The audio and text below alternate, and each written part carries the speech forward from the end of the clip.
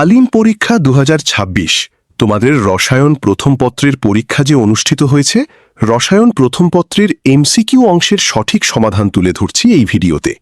প্রশ্নের সেট হচ্ছে ঘ, উত্তরগুলো একটু মিলিয়ে নাও।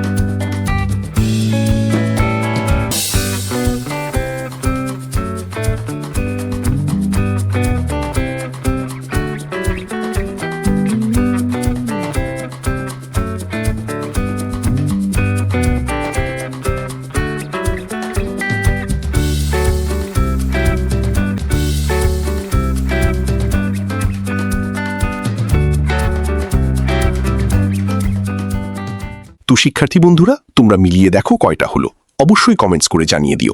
দেখা হবে পরবর্তী ভিডিওতে। ধন্যবাদ।